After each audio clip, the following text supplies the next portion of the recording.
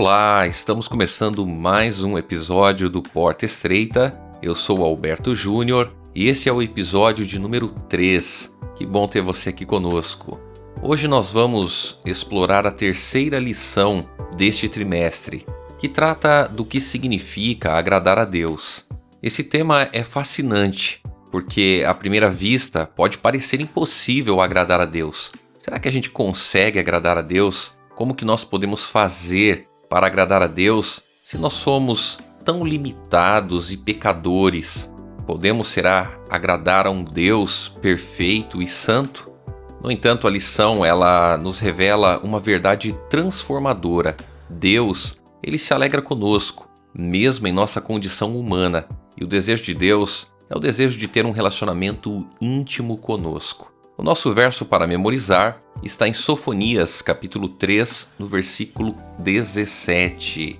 Lemos assim: Pois o Senhor, seu Deus, está em seu meio. Ele é um Salvador poderoso. Ele se agradará de vocês com exultação e acalmará todos os seus medos com amor. Ele se alegrará em vocês com gritos de alegria.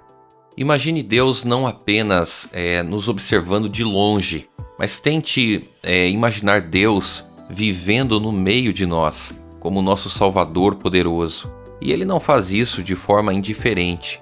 Ele se alegra e nos envolve em seu amor. É uma visão tão oposta à ideia de um Deus distante, irado. As pessoas às vezes pensam que Deus é um Deus que está longe, é um Deus que não se importa com as situações que acontecem muitas vezes conosco. E Deus é um Deus que está presente. Deus está perto.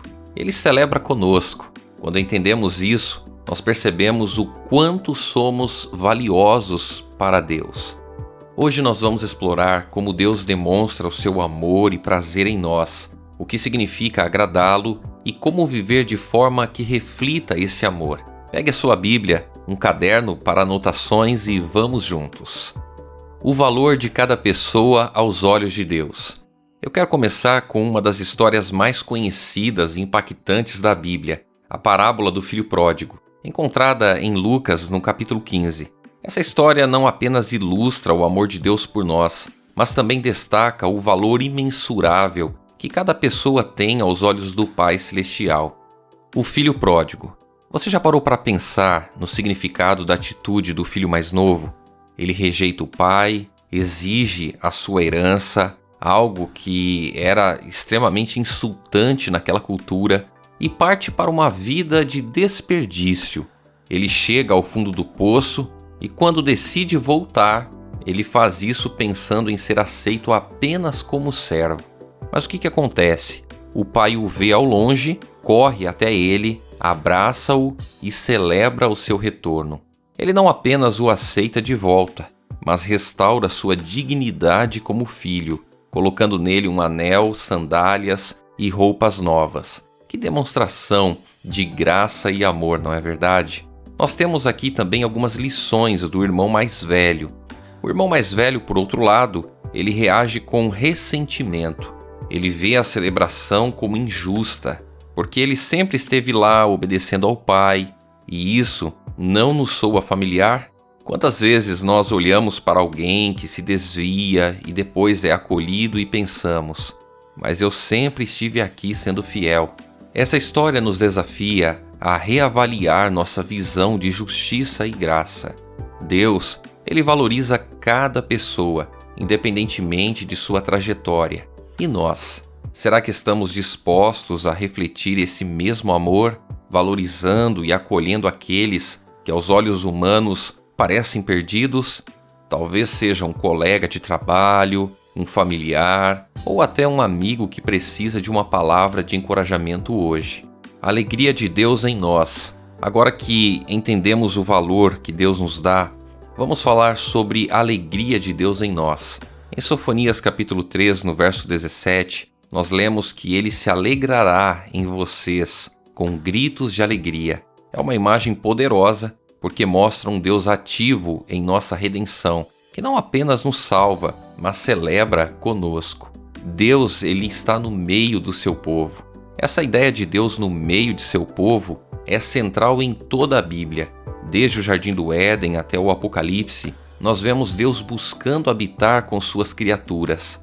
Isso culmina em Jesus, que veio ao mundo como Emanuel, Deus conosco. Não é incrível pensar que o Deus do universo, ele deseja estar perto de nós, não como um observador, mas como alguém que participa ativamente de nossas vidas?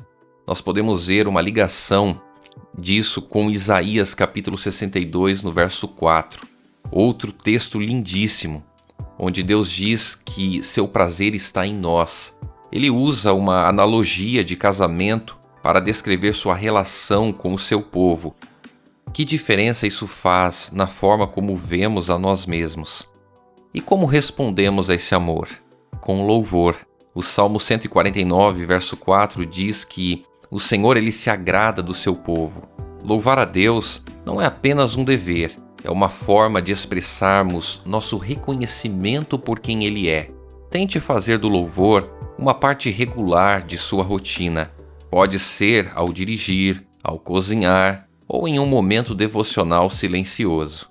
Agradando a Deus, um chamado à fé e à ação. Agora nós chegamos a um ponto essencial: como agradar a Deus. A lição nos lembra que isso começa com fé. Hebreus 11, verso 6, nos diz que sem fé é impossível agradar a Deus. Mas o que é essa fé? Não é apenas acreditar, mas confiar, depender e responder ao amor de Deus com nossas ações. Nós temos alguns exemplos bíblicos.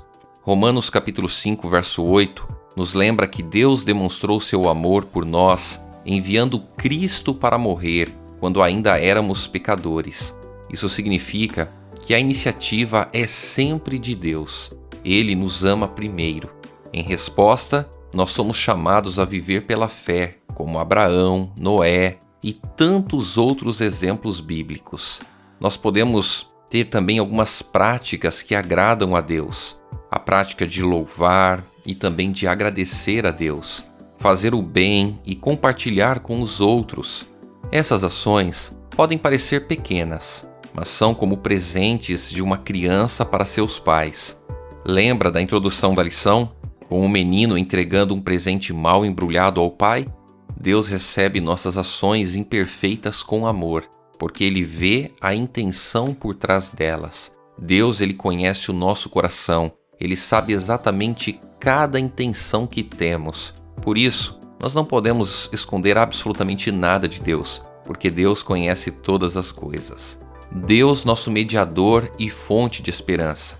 Finalmente, eu quero falar sobre o papel de Jesus como nosso mediador. Em Marcos capítulo 9, do verso 17 a 29, nós vemos um pai que clama: "Eu creio, ajude-me na minha falta de fé." Esse pai não tinha uma fé perfeita, mas trouxe o que tinha. E sabe o que é maravilhoso? Isso foi suficiente para Jesus agir. Cristo, Ele é o nosso mediador. Hebreus, no capítulo 13, no verso 21, nos diz que é Deus quem opera em nós, o que é agradável diante dele por meio de Cristo. Isso significa que não precisamos tentar agradar a Deus com nossas próprias forças.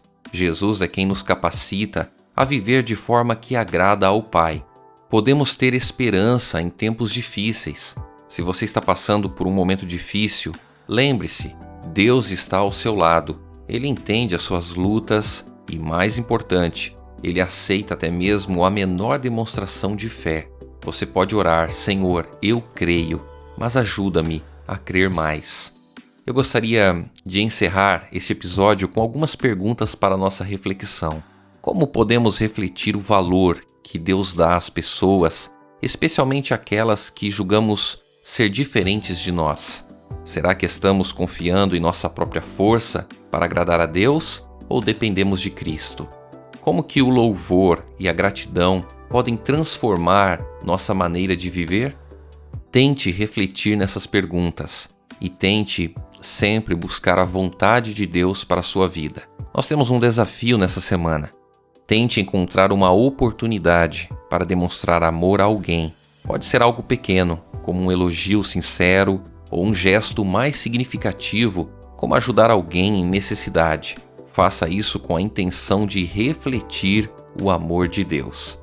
Chegamos ao fim deste episódio e espero que possamos viver essa semana com a certeza de que Deus nos ama, nos valoriza e se alegra conosco. Vamos orar?